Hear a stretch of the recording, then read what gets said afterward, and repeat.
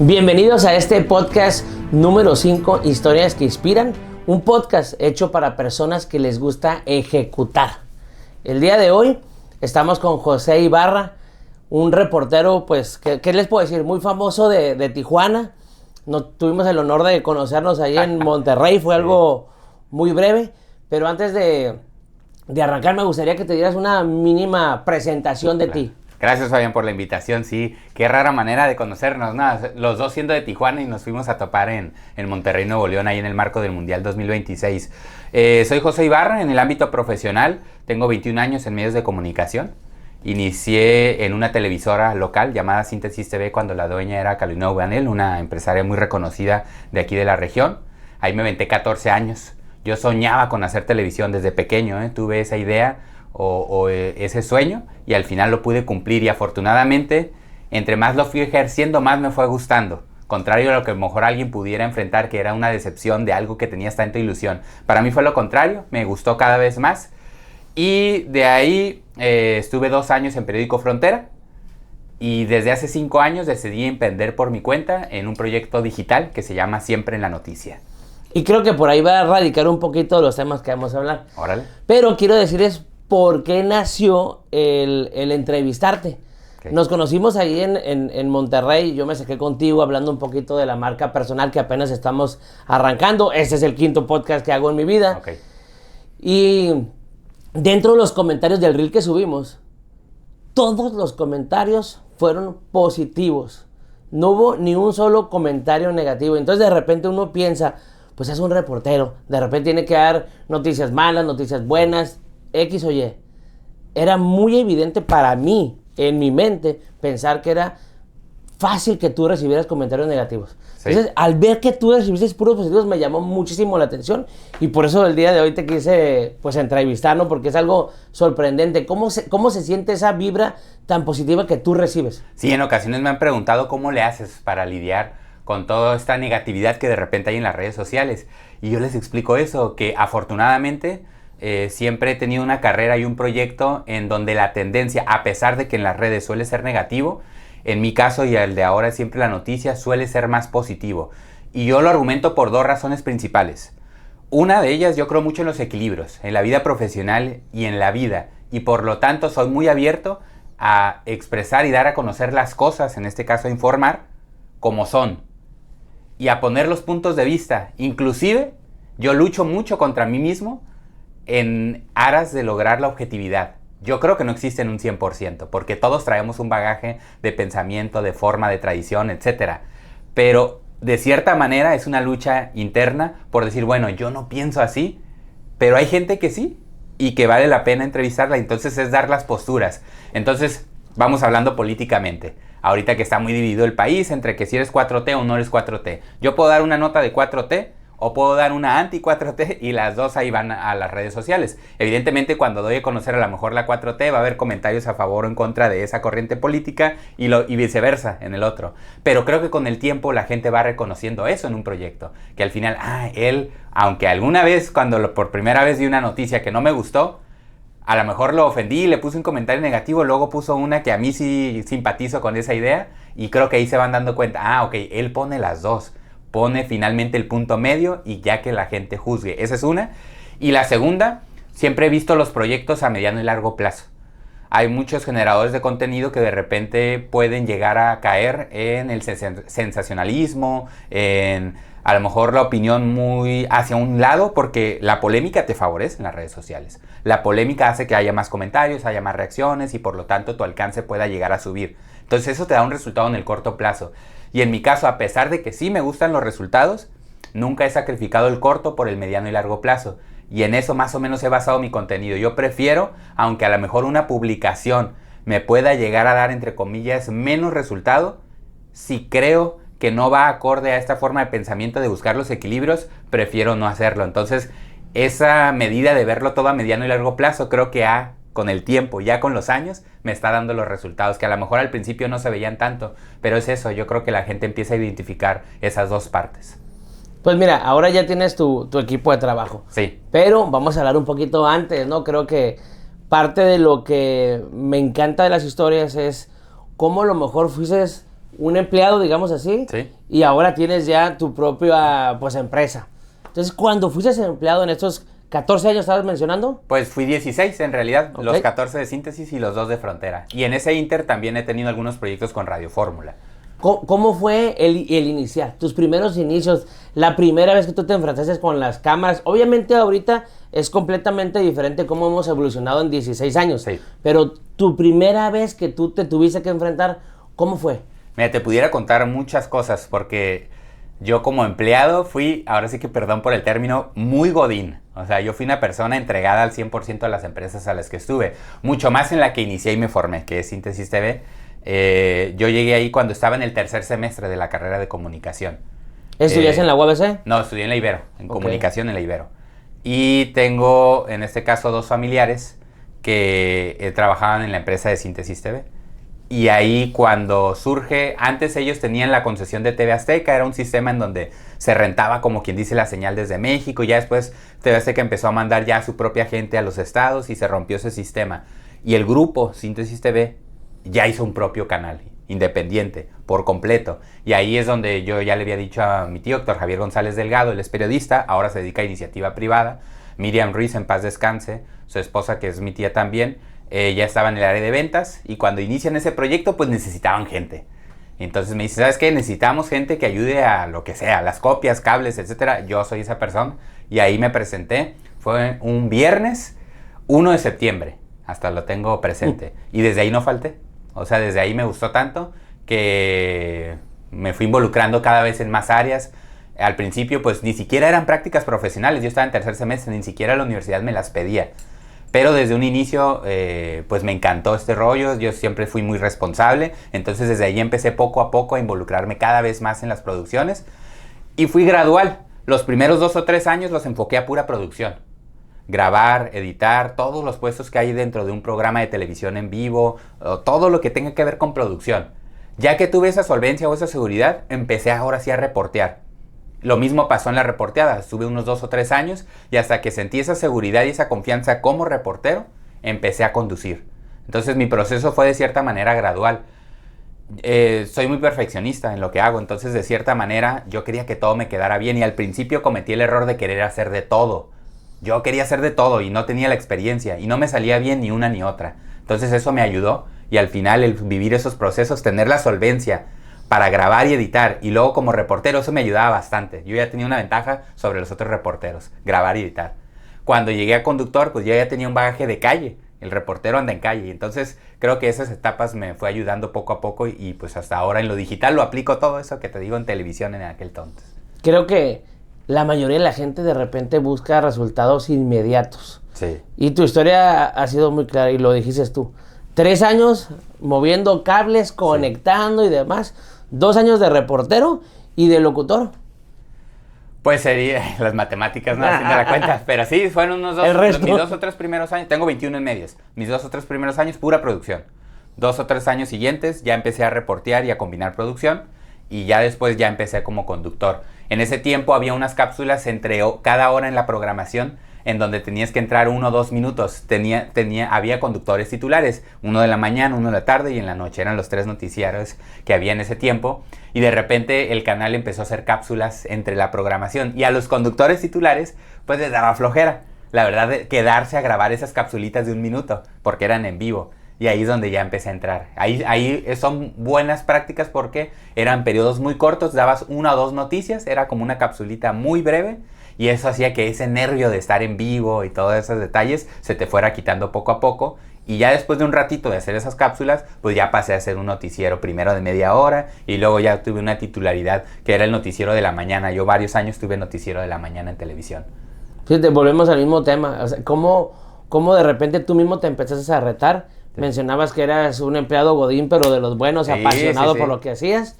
Y esa misma pasión te llevó a poder grabar esas cápsulas que luego te llevaron a la locución. Sí. Al final fue un proceso gradual de evolución en tu misma carrera, ¿no? Sí. Entonces, sí, yo siempre he visto de esa manera y ahora con mi equipo lo intento aplicar, ¿eh? En todo proyecto que iniciamos, yo les digo, ok, nomás sean pacientes, vamos a iniciar, te doy un ejemplo, ¿no? Iniciamos un programa deportivo con Said Rodríguez y con Tony Álvarez. Tony Álvarez tiene su trabajo base en Televisa, Said Rodríguez tiene su trabajo base con nosotros en Siempre la Noticia, y ellos querían emprender un proyecto deportivo. Es un programa que es semanal, es los lunes a las 7 de la tarde, y de ese programa semanal que es en vivo, pues extraemos algunos fragmentos en formato de reel para en la semana estar haciendo contenido en este proyecto que ahora se llama Siempre en los Deportes, que digamos es un derivado de Siempre la Noticia. Sí. Y yo les dije, a ver, vamos a empezarlo, va. ¿Están dispuestos a mínimo unos 2 años a no obtener un resultado, entre comillas? O sea, mínimo a pagar el precio. Pura inversión, unos 2 añitos. Ya para el tercero, yo creo que ya empieza a dar resultados. Pasa lo mismo con seguidores, con audiencia y con patrocinadores. Entonces vamos a invertirle. Si están seguros, lo iniciamos. Si no, mejor no, porque si están esperando que en 1, 2 o 3 meses, máximo un año, ya no ven y lo van a dejar, yo prefiero no iniciarlo de una vez. Entonces, así como ese ejemplo, tratamos de tomar todos los proyectos. A todos yo les digo, visualicen a mediano y largo plazo. Ahora, fíjate, tocas un tema que habla sobre la resiliencia, sobre la paciencia, sobre, pues, ejecutar y esperar, ¿no?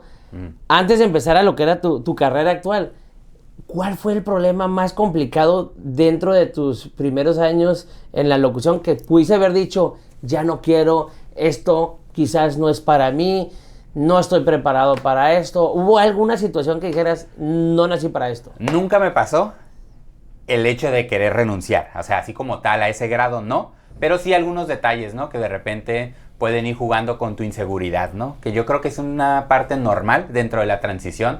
Yo venía pues de ser joven a ser adulto, ¿no? Estás en esa transición, tanto mental, física, etcétera. Entonces tienes algunos momentos de duda. Te puedo hablar de muchos, uno en particular, ¿no? Que ahorita se me viene a la mente. Yo tengo una voz muy aguda. Y cuando yo inicié en medios de comunicación, que no había redes sociales, era televisión y radio, la mayoría todavía eran voces muy graves. La mayoría tenían que ser voces así como muy graves. Y en mi caso era aguda, entonces tenía en esa transición, imagínate, de la adolescencia a juventud a la vida adulta, pues yo tenía una inseguridad al momento de grabar mis notas. Yo creo que todos, cuando recién escuchamos nuestra voz a través de una grabación, nos sacamos de onda y no estamos conformes, como que no nos gusta nuestra voz. Pero para mí en esos años era como una especie de trauma. Inclusive yo trataba de fingir la voz al momento de grabar mis notas. Algunas incluso todavía están por ahí en YouTube, ¿eh? Si se van y les cargan por ahí en los años, algunas en lugar de hacer mi voz normal, yo tendía a hacer la voz así como que la quería hacer más grave porque estaba traumado con esa parte. Con el tiempo me fui dando cuenta que es algo que no puedo cambiar y que ahora lo siento yo hasta como un distintivo. Porque hay mucha gente que me puede llegar a ver en la calle, pero al momento en que hablo ya me dice, ah, sí eres tú, tu voz es inconfundible. Entonces fueron momentitos así como ese, yo creo que tuve varios a lo largo de mi carrera, pero nunca como para decir tengo que dejarlo. Simplemente eran inseguridades que en su momento pues tuve que trabajar para poder aceptarlas y después incluso pues capitalizarlas. Y qué bien lo has hecho, ¿no? Sí, al final pues te digo, ahora es como una especie como de distintivo. No finjo la voz, así la tengo, pero en un principio sí era un poquito complicada esa parte. Y así como eso, pues te podría dar varios ejemplos de que, híjole, lo estaría haciendo bien, lo hago mal. El otro ejemplo es eso, ¿no? Al principio querer abarcar mucho.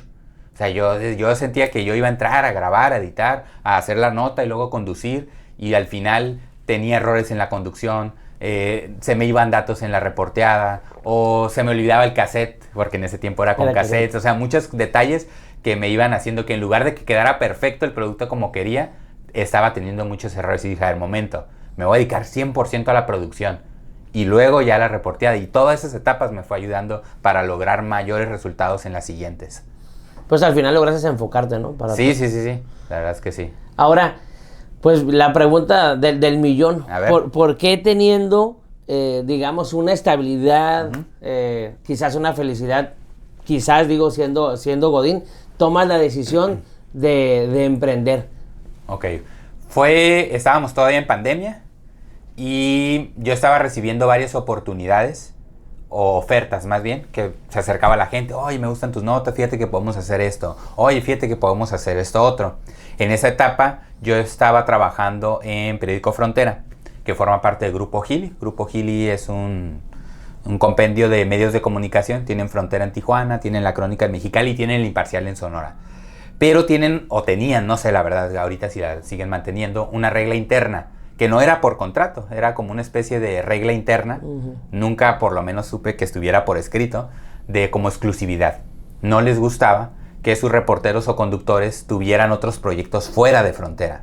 Y entonces ahí empezó a hacer el cortocircuito.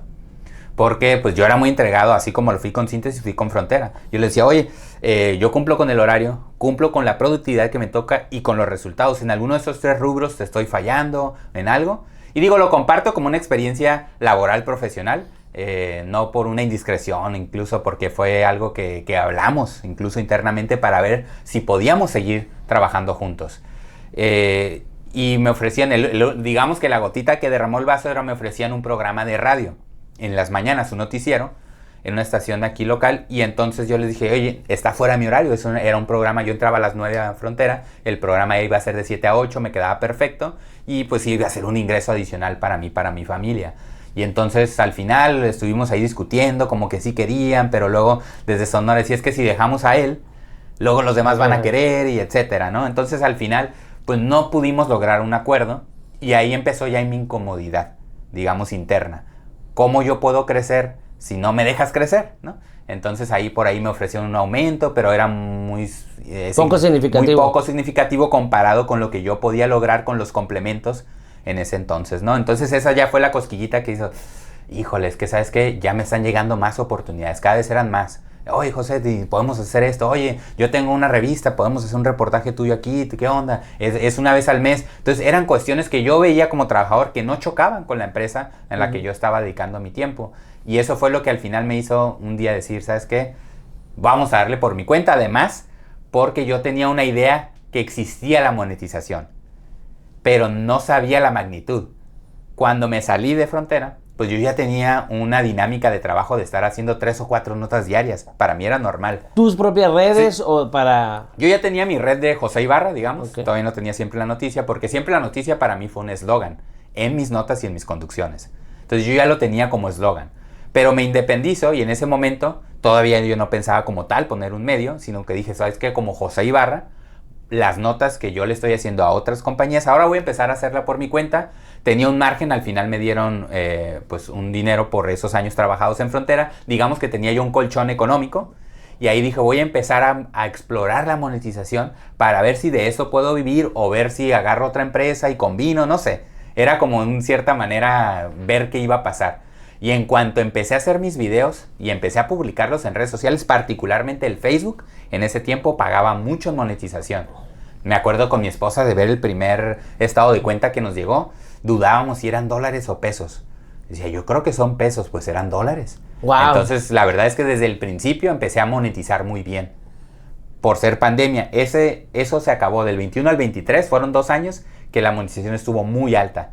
Ya después Facebook ya no nos pudo pagar igual a los generadores de contenido y ahí empezó la reconversión de Siempre la Noticia para hacer un modelo más en base como medio tradicional. Seguimos monetizando en algunas redes sociales, pero más que nada el ingreso ahora se basa en, digamos, la publicidad externa, en los clientes externos. Entonces, más o menos por ahí fue el camino.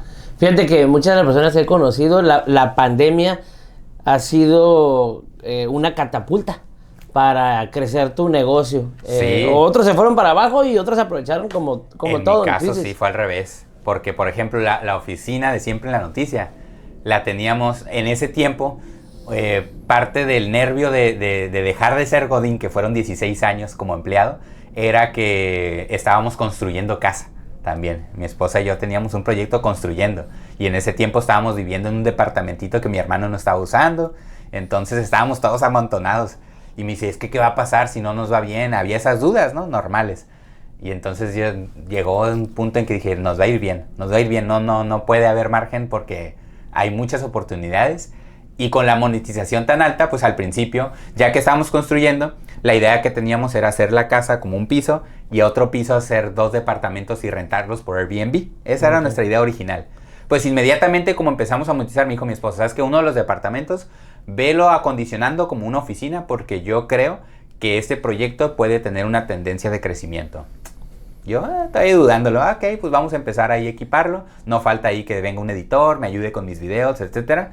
Pues por la cuestión de los impuestos. Me dijo, pues es que se nos va a ir mucho en impuestos, mejor vale la pena hacer inversión de cámaras, de luces, de equipamiento. La tenía equipada ya totalmente la oficina, yo creo que en el 2023, principios del 2024, y todavía no teníamos el número de empleados que somos ahora. Y me dijo eso, porque en algún momento puede ser que lo necesitemos. La visión. Y dicho y hecho, la verdad es que ahora con todo eso que equipamos 2023-2024, es básicamente la oficina que tenemos hoy en día. Ahora, en este proceso, ¿tuviste alguna persona que te, aparte de tu esposa, porque obviamente acá será evidente, alguien que te haya motivado a tomar esa decisión? Porque son decisiones pues muy complicadas por lo mismo de las inseguridades y lo mismo que decías de cómo voy a sobrevivir, tendré para pagar la renta, los hijos, la familia, etcétera. ¿Alguien que te haya apoyado en ese proceso? Esa decisión particular de el independizarme, sí la tomé yo creo que por mi cuenta. Porque en realidad no tenía alguien en específico que me estuviera diciendo salte de ahí, emprende por tu cuenta. Sí hay muchas personas que a lo largo de la carrera me han impulsado y me han dado palabras de aliento como para motivarme y saber que soy bueno en lo que hago, que yo puedo, etcétera. Yo creo que todos en nuestras trayectorias tenemos personas así. Pero con esa decisión en particular, sí creo que es la de las... Si no es la única o de las pocas que yo he tomado por mi cuenta, porque con la persona que más me apoyo evidentemente es mi esposa, mis papás, pero en ese caso en particular no les consulté, oigan, ¿cómo ven si me salgo? No sé, básicamente sí lo empecé a tomar por mi cuenta, y sí ya después cuando ya más o menos yo ya tenía el cassette en la mente, sí empecé a visualizar y a hacer números. Ok, si yo tenía aquí 2 años, ¿cuánto me pudieran dar? ¿Cuánto más o menos es el colchoncito? ¿Cuánto necesito? Entonces ahí sí ya empecé a preguntar a conocidos o cercanos, oye, por este tipo de situaciones, ¿cuánto es lo mínimo que me deberían dar en la empresa? Y empecé a hacer mis cuentas, pero sí, esa decisión fue de las pocas que te digo, yo he tomado al 100% ahí sí, por mi cuenta. Y ahora,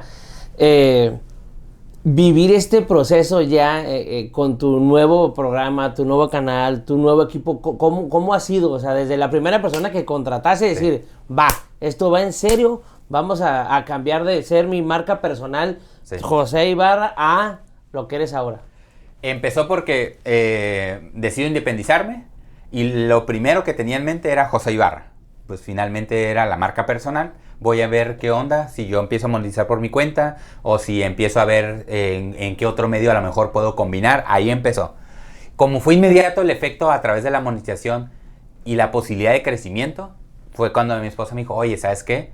Puede ser que esto se expanda, vamos habilitando uno de los espacios para que sea tu oficina y al mismo tiempo ir pensando, ¿por qué no? Que pudiera ser un proyecto.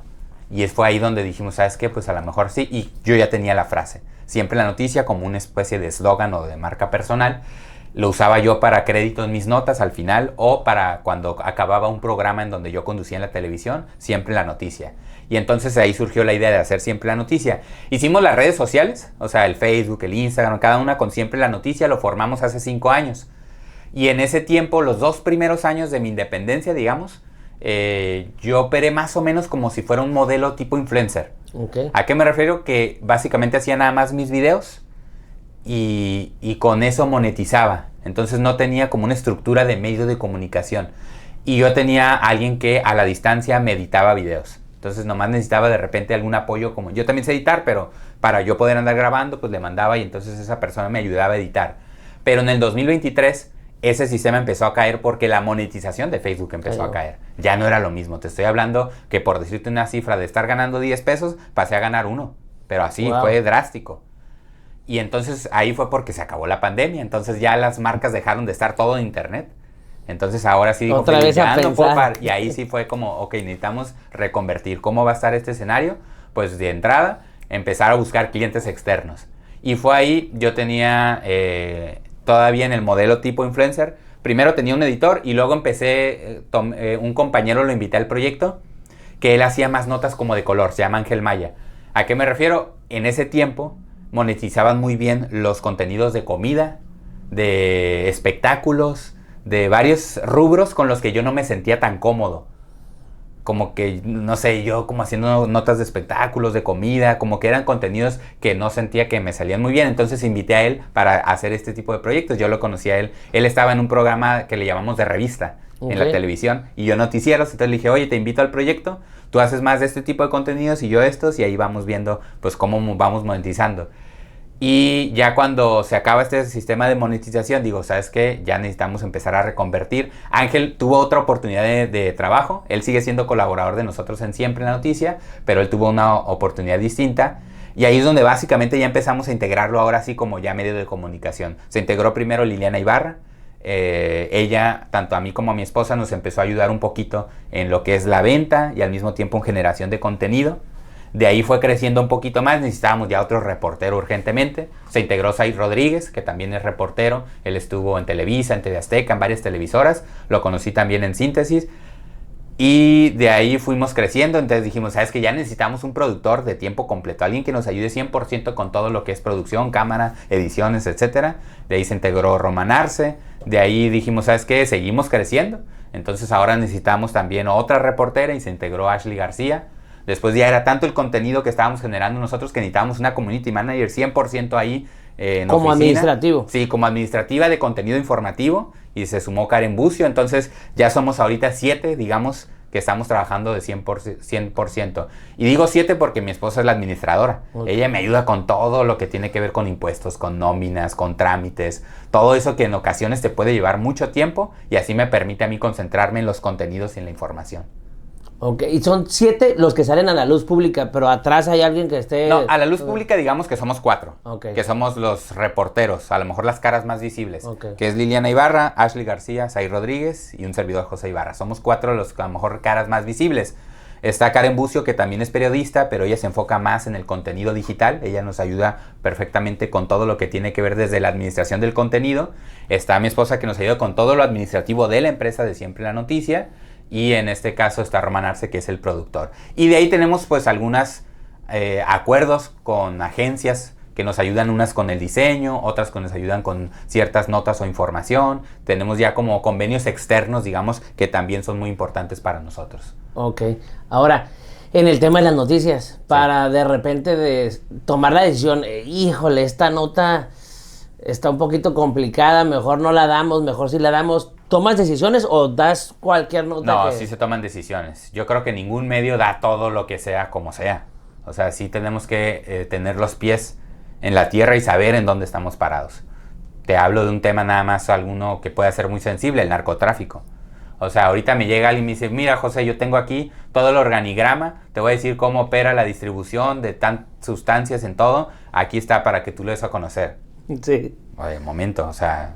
Sabemos que el hecho de que nada más lo dé a conocer así porque sí, pues me pone en riesgo a mí, a todo mi entorno, a todo el equipo. Entonces sí hay ciertas precauciones que tenemos que tomar. Por ejemplo, en eso, ¿cómo reduce riesgos? Bueno, un poquito ver cuando viene de la autoridad. Por ejemplo, podemos hacer temas de narcotráfico con operativos, con detenciones, o a lo mejor ver, ok, me traen este tema, a ver cómo lo cabildeo con otros medios para que no sea yo el único que lo saca y a lo mejor seamos unos 4 o 5. O sea, vas midiendo y con la experiencia y los años, pues vas... digamos que teniendo este tipo de dinámicas para tratar de reducir los riesgos. Y así como te hablé pues de un tema como puede ser narcotráfico, a lo mejor uno de los más sensibles o de mayor riesgo, pues puede haber muchas otras temáticas. De repente nos llegan algunas denuncias ciudadanas que tenemos que evaluarlas bien. O sea, a ver, ¿está sustentable? 1, ¿ya presentaste denuncia formal? 2, ¿qué tipo de pruebas pudiera haber? Porque al final, si nada más nos agarráramos, como lamentablemente, si hay algunos medios o algunas páginas que se agarran y lo que les llega lo publican y no miden las consecuencias. Entonces sí tenemos siempre que poner en la balanza, 1, qué se está presentando, quién, cómo se está presentando y las consecuencias que pudiera haber. Ahora, me gustaría saber cómo ha cambiado tu vida.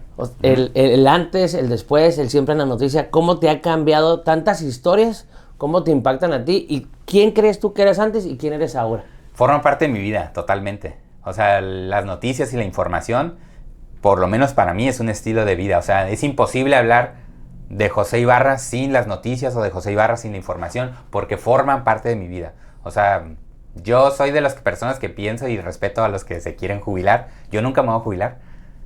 O sea, yo me veo hasta que pueda.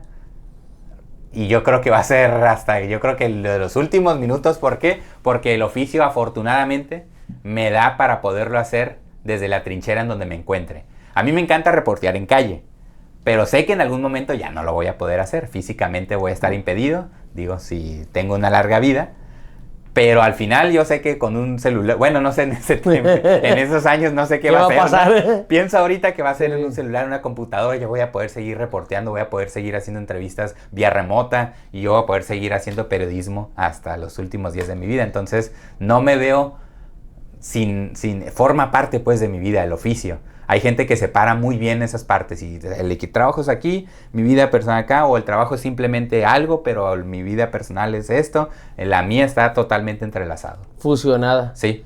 Y ahora, ahorita me estabas preguntando, te estaba preguntando cómo te ves en los próximos años, ¿no? Y me acabas de decir que no te quieres jubilar. Es algo que yo también lo veo súper natural. Entonces, pues el tema del trabajo me queda claro que va a ser casi de por vida. Pero tú, ¿cómo te ves tú como ser humano? ¿Cuáles son tus hobbies en los próximos años? ¿Cómo te ves en 5 años? A lo mejor una libertad, un poco más de tiempo. ¿Quién va a ser José Ibarra?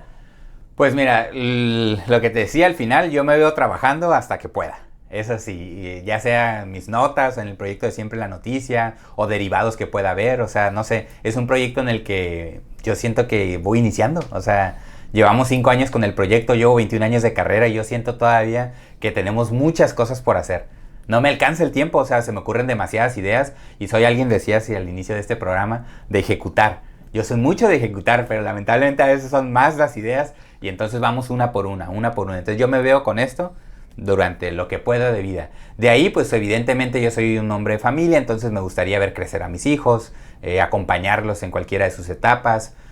Tengo hobbies como principalmente deportes. Yo fuera del área laboral, me encantan los deportes. ¿Qué deporte?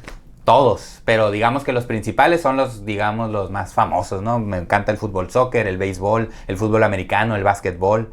O sea, sigo la mayoría de las ligas, no tanto como me gustaría, pero sí tengo una noción porque a mí me encanta. Ciudades a las que voy con mi familia, con mi esposa, yo siempre le digo a qué ciudad vamos y veo a ver si hay un juego que yo pueda ir. Es lo único que pido. Generalmente ella organiza todas las vacaciones y yo fluyo con la ola, ¿no?